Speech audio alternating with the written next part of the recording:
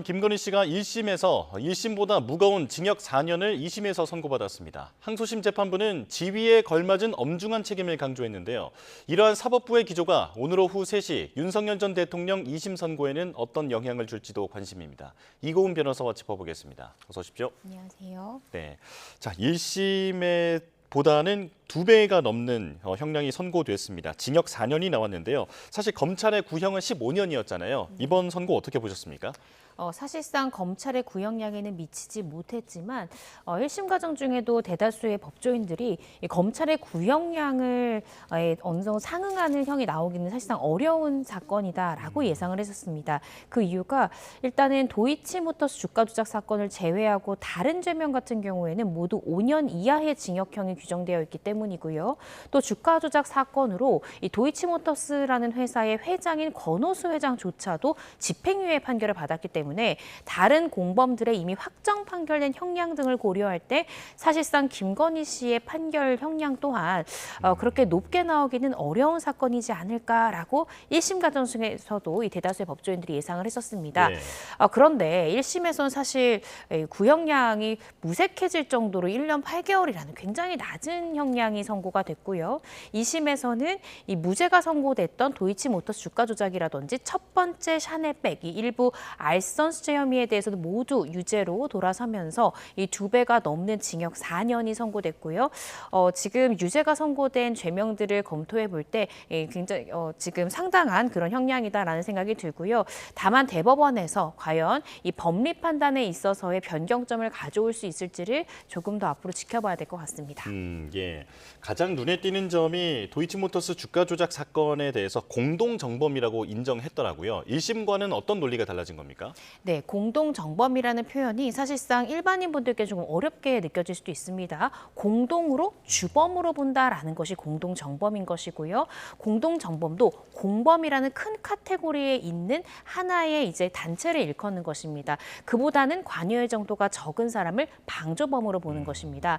네, 1심 당시에는 이 특검에서 김건희 씨에 대해서 도이치모터스 사건에 대해서는 공동 정범, 그러니까 권오수 회장 등과 동등한 지위에 있는 주범이다라고만 죄명을 적시해서 기소를 했다라는 거죠. 1심 재판부에서는 이 주범으로까지 볼 수는 없다라는 취지로 판단을 하면서 무죄를 선고했던 것이고요. 다만 이 가능성을 열어둔 것이 주가 조작이라는 것을 김건희 씨도 미필적으로나마 인식했다라는 증거들이 있고 방조 정도는 우리가 검토해 볼 수 있을 것 같은데 검찰에서 이 방조로는 기소하지 않았기 때문에 더 나아가 판단하지 않는다라는 취지의 설시가 있었습니다. 네. 따라서 특검에서는 2심에서 방조범을 추가로 예비적 기소를 했던 것이고요. 그 말인즉슨 먼저 주범인지를 재판부가 검토한 이후에 주범은 아니라고 판단한다면 이 방조범에 대한 판단도 해주세요라는 취지의 공소장 변경을 한 겁니다.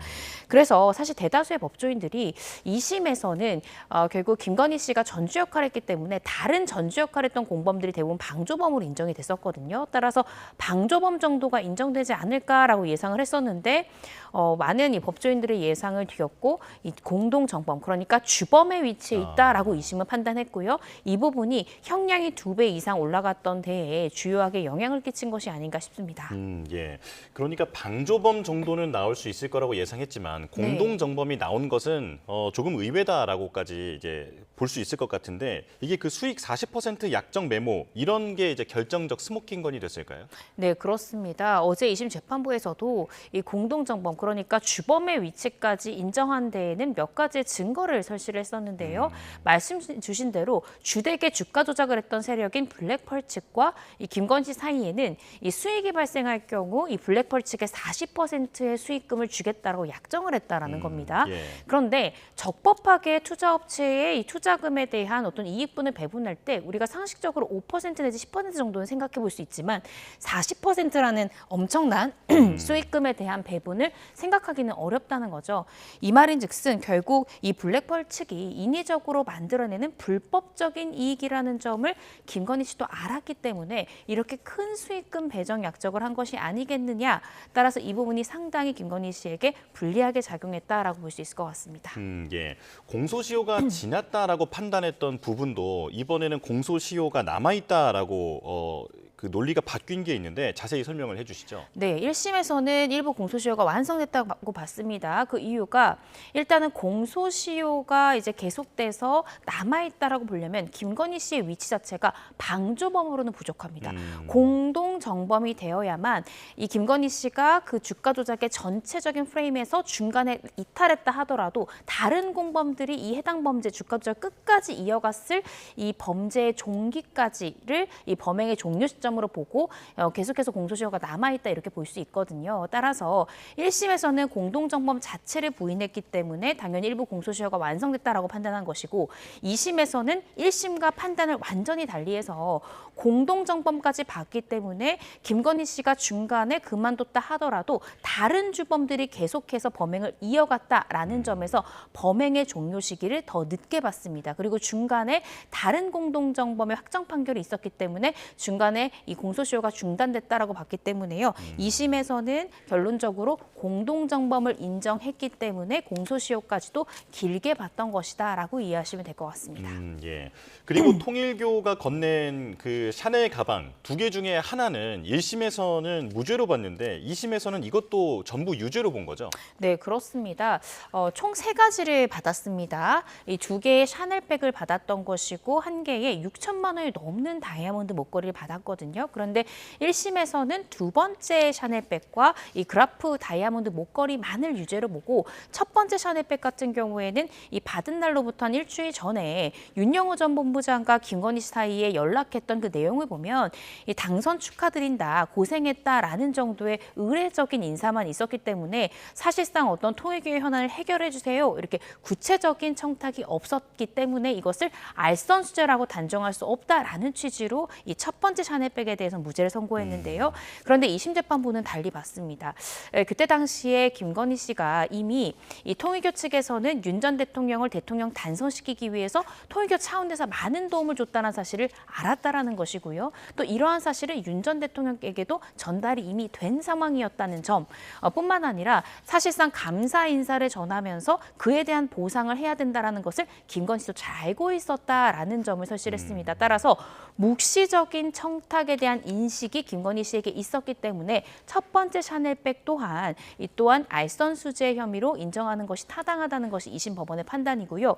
이 부분은 현재 1심 진행 중인 이 김건희 씨의 메간 매직 사건에서도 이 청탁의 범위를 상당히 넓게 재판부에서 인정할 수 있다라는 점에서 이 다른 메간 매직 사건에서도 김건희 씨에게 다소 불리하게 작용할 수 있다라는 생각이 듭니다. 예, 김건희 씨 측은 즉각 상고하겠다라는 뜻을 밝혔는데 대법원까지 올라가면 어떻게 되겠습니까? 사실 저는 알선수재, 특히 첫 번째 샤넬백에 대해서는 대법원에서 판단이 달라질 것 같지는 않습니다. 그 이유가 특히 샤넬백 수수 같은 경우에 다른 공범들이 있죠. 윤영호 씨라든지 또 중간에 전달책 역할을 했던 전성배 씨 모두 다 3가지 물품에 대해서 다 유죄 판단이 나왔기 때문에 대법원에서 김건희 씨에 대해서도 이 3가지 이 금품 수수에 대해서는 모두 그대로 인정될 가능성이 높을 것 같습니다. 다만 도이치모터스 사건 관련해서는 과연 공동정범까지 인정한 것이 상당한가 부분에 대해서는 대법원도 고민을 할 것 같습니다. 그 이유가 김건희 씨와 동일하게 전주 역할을 했던 이 자금과 계좌를 제공했던 손모 씨가 있었습니다. 손모 씨도 1심에서는 검찰에서 공동정범, 주범의 지위로 기소했으나 전부 무죄가 났고요. 2심에서 공소장 변경으로 방조범에 대해서 추가를 했고 방조범만 인정됐고 그대로 확정이 됐거든요.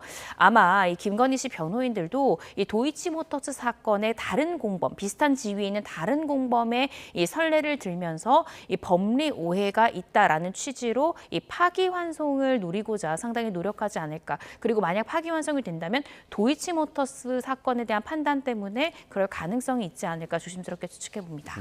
네, 알겠습니다. 자, 그리고 윤석열 전 대통령 체포방해 및 공무집행 방해 이 혐의에 대한 2심 선고가 나옵니다. 1심에서는 징역 5년이었는데 지금 검찰이 이번에 징역 10년을 구형했더라고요. 어떻게 전망? 전망하십니까? 네, 맞습니다. 1심과 동일하게 검찰의 구형량 징역 10년이었고요. 1심에서는 그의 절반인 징역 5년 선고했습니다. 윤 전 대통령이 오늘 이제 항소심 판단을 기다리고 있는 사건은 이 공수처의 체포를 방해했다라는 점, 또 비상계엄 선포 전에 국무위원 중에 일부만 골라서 이 국무회의 심의에 불렀다라는 것이고요. 이로 인해서 그 자리에 함께하지 못했던 이 국무위원들의 심의 의결권을 침해했다. 또 허위 공문서 이 행사라든지 이 기타 뭐 어떤 비하폰에 대한 삭제 지시라든지 이런 혐의로 현재 이 항소심 재판을 기다리고 있는 것입니다. 이 백대현 부장판사가 1심 판사였고요. 윤 전 대통령이 해당 사건으로 받고 있는 대부분의 혐의에 대해서 유죄를 선고했지만 허위 공문서 행사라든지 또 허위 내용에 대해서 외신에 전파하도록 직권남용한 행위 이 두 가지에 대해서는 무죄를 선고했습니다. 따라서 오늘 선고 형량이 달라지려면 사실상 무죄가 선고됐던 것이 유죄로 돌아서야 이 형량에 변경을 줄 수가 있을 것 같은데 사실 허위 공문서 행사 부분에 대해서는 한더선 총리에 대해서도 이미 다른 재판부지만 무죄가 선고된 바가 있거든요. 그래서 이 부분에 대해서 변경이 가해지기는 어렵다는 생각이 들고 또 윤 전 대통령 체포방해 사건 관련해서 선고 전에 저도 법조인으로서 사실상 이 비상계엄 이후에 허위 공보를 시킨 부분을 직권남용으로 보기는 어렵다라고 저도 예상을 했고 네. 1심도 그 부분에서 그대로 무죄가 선고가 됐기 때문에 사실상 1심에서 무죄가 된 부분이 2심에서 바뀌기는 어렵지 않을까. 그렇다라고 한다면 형량 자체에 큰 변동을 주기가 어려운 상황이지 않을까라고 조심스럽게 추측해보고 있습니다. 예, 아마도 징역 5년의 형량은 유지될 것 같다라는 말씀이신데요.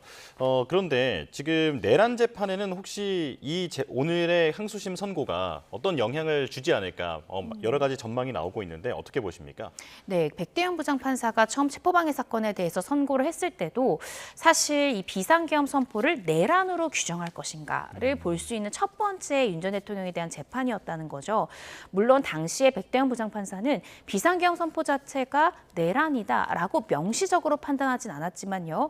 공수처의 이 체포 시도는 적법했다. 또 공수처의 영장 집행과 영장 발부 모두 다 적법했으며 수사권 또한 인정할 수 있다라는 등의 비상계엄 선포가 위헌이다라는 점을 묵시적으로나마 전제한 판단을 내렸고요.